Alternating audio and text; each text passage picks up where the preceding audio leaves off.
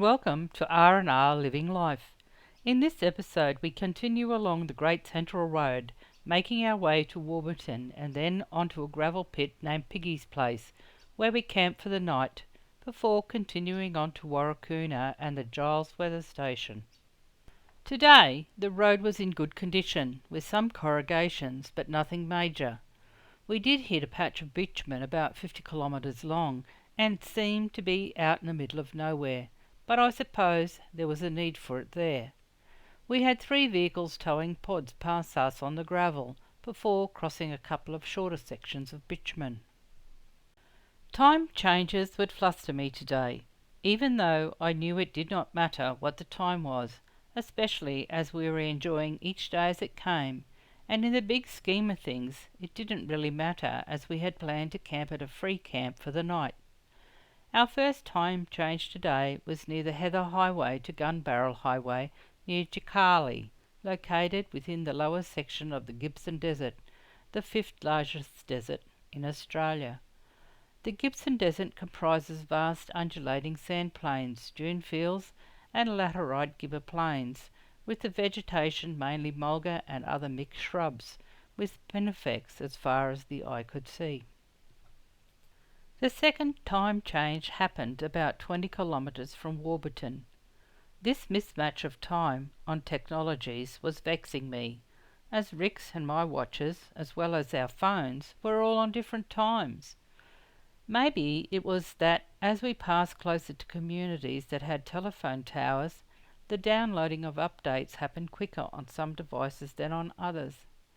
But then again, the fact that my device was still set on Queensland time for updates, while Rick had been continually updating his as we travelled. I had to compose myself and not worry about it, as what else could I do until we were closer to more reliable telephone reception, and I could then update all my devices. I was truly thankful that daylight savings had finished, but I was still muddled. We were out in the middle of who knows where at one stage when our phones dinged. Good, I thought. No way, Jose.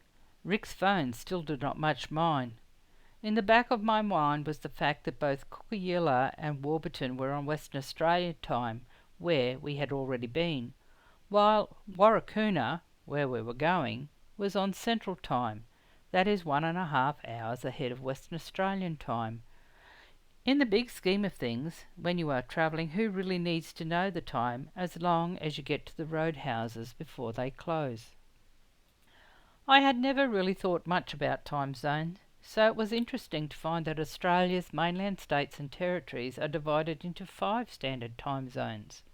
But during summertime, Western Australia, Queensland and the Northern Territory don't use daylight savings time, enough to confuse anyone during summer, as the sunrises and sunsets don't change the length of the day, so why would you need to change the time zone? Then, to confuse travellers even further, Eucla and Broken Hill observe time zones that are different from the states they are located in. How confusing can it get? The Gibson Desert has been home for thousands of years for Aboriginal people, and as late as 1966 there was still a handful of Aboriginal families that had still no contact with white people and were still living a nomadic lifestyle. The first white person to venture into the Gibson Desert was explorer Ernest Giles. While undertaking his second expedition during 1883-84, Giles and Gibson reached a point in the desert where they were very short of water, and had they proceeded any further they would have passed the point of no return, resulting in the death of all in the party. In the distance he saw far-off hills that he named Alfred and Mari Range. On the 23rd of April 1884, the party began to retrace their steps back to Circus Waters, some 140 kilometres back in the Rawlinson Ranges. Gibson's horse fell and died, resulting in Giles giving him his own horse. Realizing that they were in serious trouble, Giles sent Gibson off to return for water. The journey was to take 6 days. Giles went on to drag himself back to the water. Unfortunately, Gibson was never seen alive again. His body or the remains of the mare he was riding were never found. Giles dedicated the desert to Gibson. The Rawlinson Range is in the far east of central Western Australia and runs roughly east from Lake Christopher, with the Giles Weather Station located a few kilometres further east. Warburton Roadhouse, situated on Elder Creek, is just south of the Gibson Desert, on both the Gun Barrel and the Great Central Road, and is the centre of a very large and extremely isolated Aboriginal reserve which stretches east to the Northern Territory border. 567 kilometres from Laverton, the Roadhouse operates on Western Australian Standard Time, opening from 9 a.m. to 5 p.m. Mondays to Fridays and 9 a.m. to 3 p.m. Saturdays and Sundays. We stopped and refuelled in Warburton, with the fuel bowsers enclosed in fencing. Sadly, the Roadhouse did not look at all inviting, so we moved on. We stopped further up the road at Tim's Tree Memorial for coffee and morning tea. We did have a walk around and stretch our legs, but there was no shade, only a concrete table and stool, and no tree, so it wasn't at all appealing. The memorial remembers a young man killed in 1992, aged 21. A life lost so young. Further up the road we passed a herd of camels as they crossed the road. It is always interesting to see them in the wild, even though they are considered feral. These ships of the desert have long been valued as pack or saddle animals, but they can also provide milk, meat, wool and hides. Imported to Australia as valuable beasts of burden from British India and Afghanistan during the 19th century for transport and sustenance during the exploration and colonisation of the Red Centre. In the early 20th century, many were just released into the wild after motorised transport became more desirable and a faster means of transport. This resulted in a fast-growing feral population with numerous ecological, agricultural and social impacts. We stopped to check out Piggy's place, a large gravel quarry beside the road. It was quite secluded and very spacious. Also, it was far enough from the road so that we wouldn't be bothered, as we were enjoying the isolation and remoteness of the area. We did have one other camper for the night, but they were far enough away not to be of any concern. Rick and I settled down for a quiet evening watching the sun go down, except for the numerous flies that were very friendly. But then this is the outback. We woke to another amazing morning. The serenity was so good for the soul. The remoteness, open spaces, with only the sound of nature in the background and the breeze gently rustling the leaves.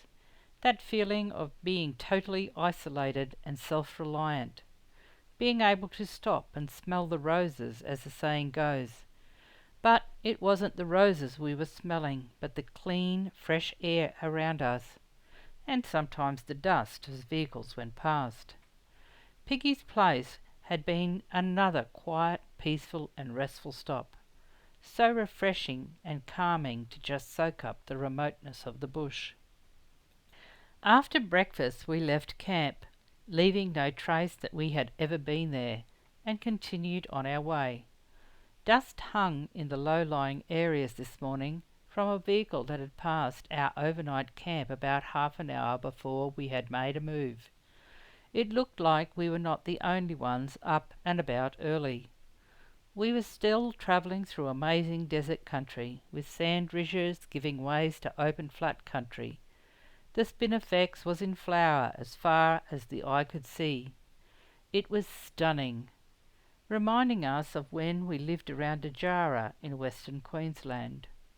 The road was still in good condition, with only small corrugations with the occasional dust patch.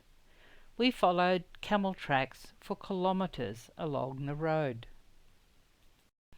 About 95 kilometres from Warburton, we stopped at Yarlakatjara Rest Area in the Gibson Desert, set up by the Naganiajara people as a place for visitors to enjoy the peace and tranquility and stop without disturbing any of the culturally significant places along the Great Central Road.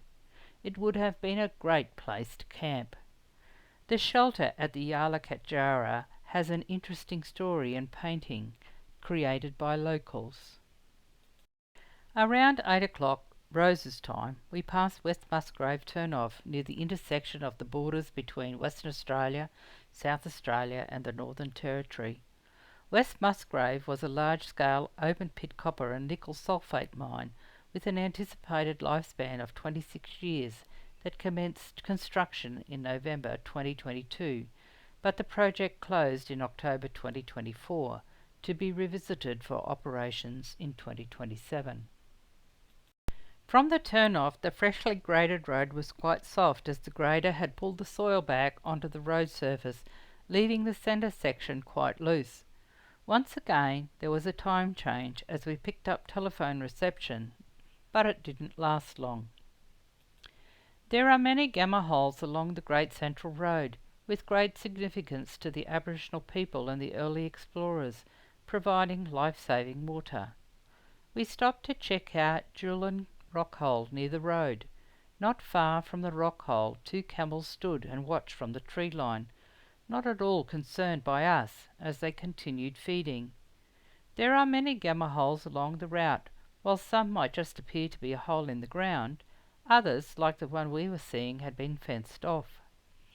Camels often make the once pristine water undrinkable, while the surrounding scrub can be flattened by their grazing and even just by their lumbering bulk.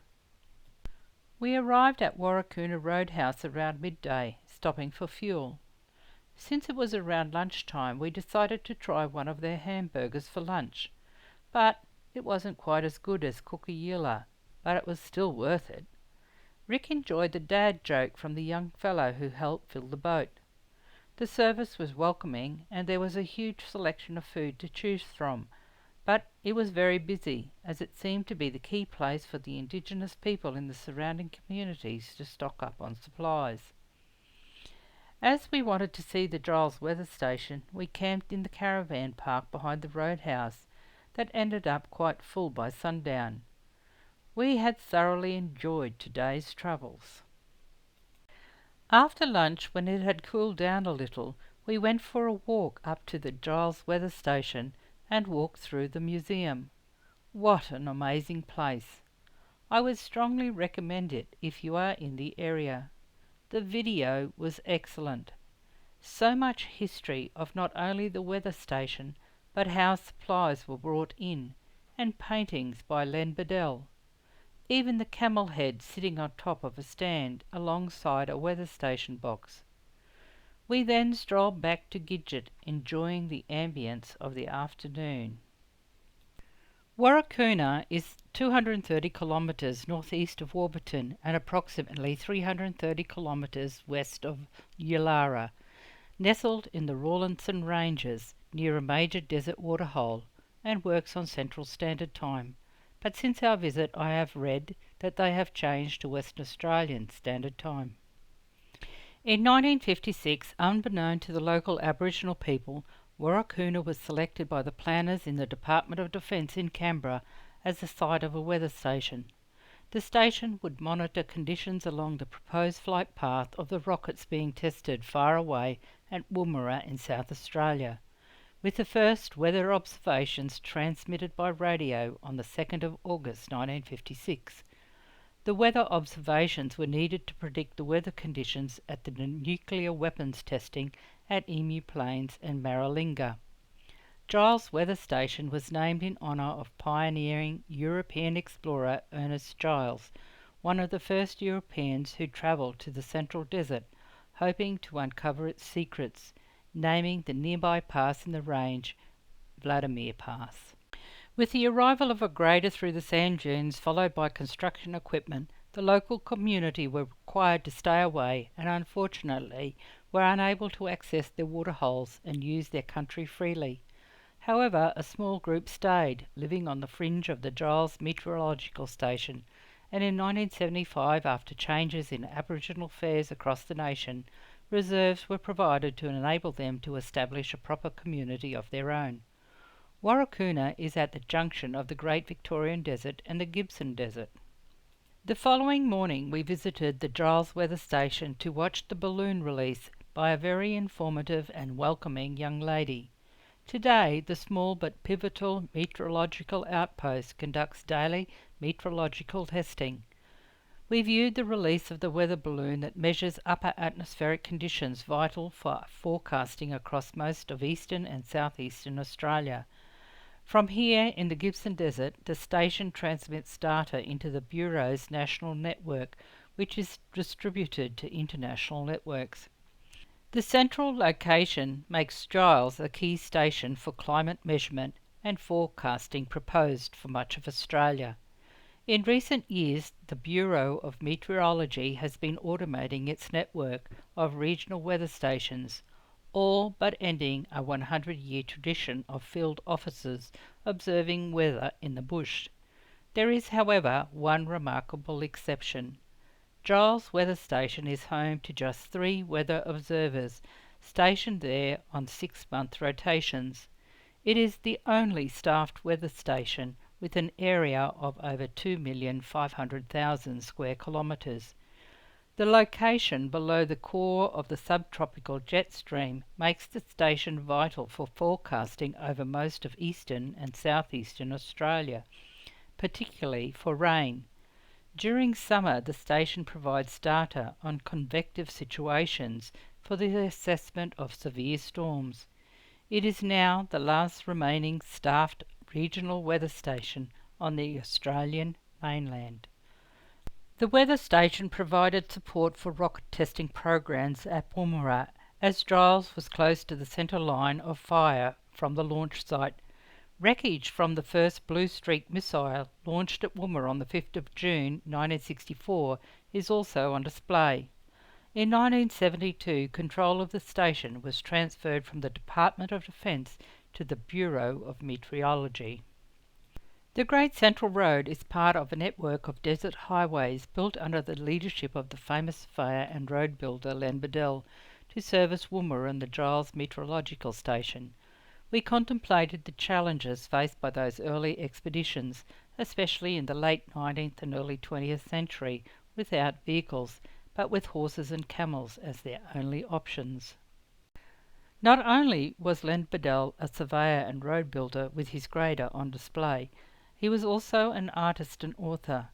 Inside the museum we enjoyed some of his artwork. We will leave you at Giles Weather Station for this episode. Join us next time as we continue along the Great Central Road, finding a quiet camp for the night and then continuing on to Katajuka. I hope you have enjoyed this episode. Give us a thumbs up if you did. Take care and stay safe. Cheers for now.